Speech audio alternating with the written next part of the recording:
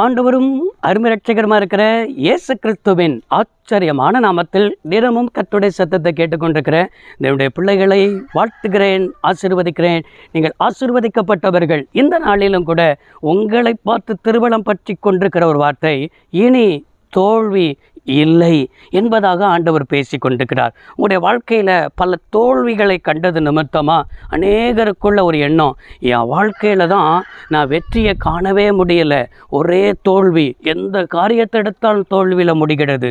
வேலையின் காரியம் முயற்சி பண்ணுறேன், தோல்வியில் முடிகிறது. பிள்ளைகளின் காரியம் முயற்சி பண்ணுகிறேன், தோல்வியில் முடிகிறது.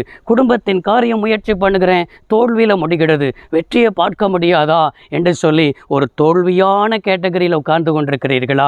இன்றைக்கு உங்களை பார்த்து தான் பேதுருடைய வாழ்க்கையில் பாருங்க, யோவான் எழுதின சுவிசேஷம் 21ஆம் அதிகாரத்தில் இயேசு கிறிஸ்து மரித்து அவர் உயிர்த்தெழுந்த பின்பாக கூட இவனுக்கு என்ன செய்ய தரிசனமாயிருக்கிறார். ஆனாலும் கூட பேதுரு என்ன செய்கிறான் என்று சொன்னால், மீன் பிடிக்க போகிறேன் என்று சொல்லி அவன் முழுவதும் அவனும் ஒரு கூட்டத்தை சேர்த்து கொண்டு மீன் பிடிக்க போகிறான். ஒன்றுமே அகப்படலை, தோல்வி.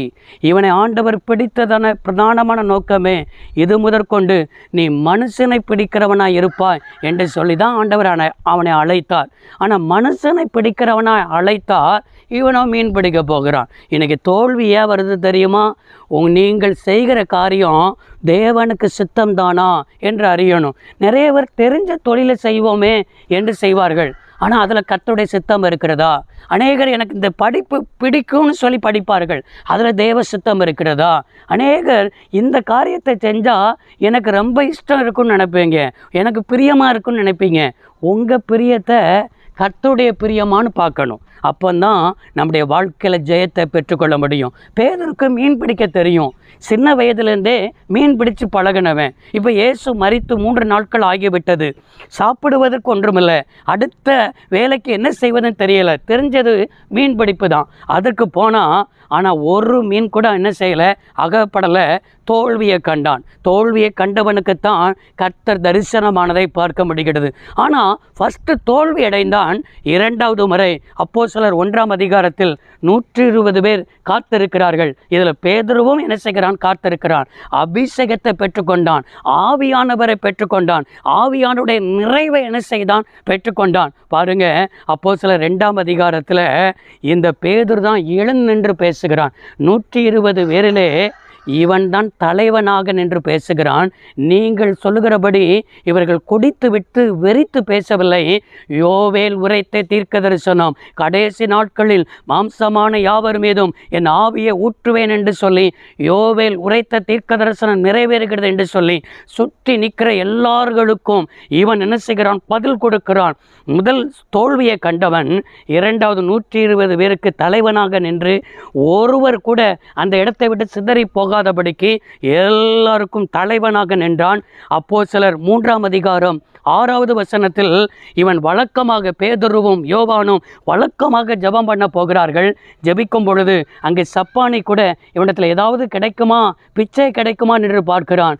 ஆனால் இவன் சொல்கிற ஒரு வார்த்தை, வெள்ளியும் பொன்னும் என்னிடத்தில் இல்லை, என்னிடத்தில் உள்ளதை உனக்கு தருகிறேன், இயேசுவின் நாமத்தில் நீ எழுந்து நட என்று சொல்லும்போது பிறவி சப்பானி எழுந்து நடந்தான் என்று பார்க்கிறோம். தோல்வியை கண்டவன், அவமானத்தை கண்டவன், அவச்சொல்லை கண்டவன் இயேசுவின் நாமத்தை பெற்றுக்கொள்கிறான், அபிஷேகத்தை பெற்றுக்கொள்கிறான்.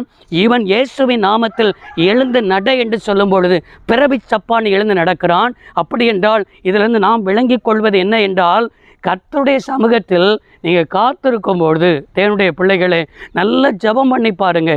தேவ சமூகத்தில் அமர்ந்து பாருங்க, காலையில் எழுந்திரிச்சு ஜெபம் பண்ணி பாருங்க. தேவ சமூகத்தில் எந்த அளவுக்கு நீங்கள் காத்திருந்து பிஸ்னஸ் பண்ணுகிறீர்களோ, எந்த அளவுக்கு காத்திருந்து பிள்ளைகளுடைய வாழ்க்கையில் நடத்துகிறீர்களோ, அப்போ தேவ சமூகத்தில் காத்திருக்கிறவனை தான் தோல்வி இல்லாதபடி நடத்துவார். தேவ சமூகத்தில் காத்திருக்கிறவனுக்கு தான் இழப்பு இல்லாதபடி நடத்துவார். தேவ சமூகத்தில் காத்திருக்கிறவனுக்கு தான் அவனுடைய வாழ்க்கையில் என்ன செய்யணும்னு சொன்னால், இந்த காரியம் செய்ய முடியல, அந்த காரியம் செய்ய முடியலைன்னு சொல்லி செய்ய முடியலை, இல்லை அப்படிங்கிற வார்த்தை இல்லாதபடிக்கு எல்லாம் செய்ய முடியும், எல்லாம் ஆகும், எல்லாம் நடக்கும் என்று சொல்லி அந்த பலனை, அந்த கிருபையை எங்கேருந்து வருது? தேவ சமூகத்தில் பேதுரு அந்த 10 நாட்கள் காத்திருந்தான் பாருங்க, அதில் தான் வந்தது. எனவே இன்னைக்கு தோல்வி இல்லாதபடி இருக்கணும்னா நீங்கள் தேவ சமூகத்தை பிடித்து கொள்ளுங்கள், அந்த நாமத்தை பயன்படுத்துங்கள். உங்களையும் உங்களுடைய குடும்பத்தையும் உங்கள் சந்ததியையும் தோல்வி இல்லாதபடி ஆண்டவர் நடத்துவார். ஜெபிப்போம். சர்வ வல்லமையுள்ள தேவமே, அன்பு தகப்பனே, இந்த வார்த்தை கேட்ட பிள்ளைகள் என்னென்ன காரியத்திலும் தோல்வியை கண்டிருக்கிறார்களோ, மன உடைந்து போயிருக்கிறார்களோ, இனி தோல்வி இல்லை, தேவ சமூகத்தில் காத்திருக்கிறதற்கு அர்ப்பணித்திருக்கிறார்கள். அர்ப்பணித்த வார்த்தையின்படியே நடத்துவீராக.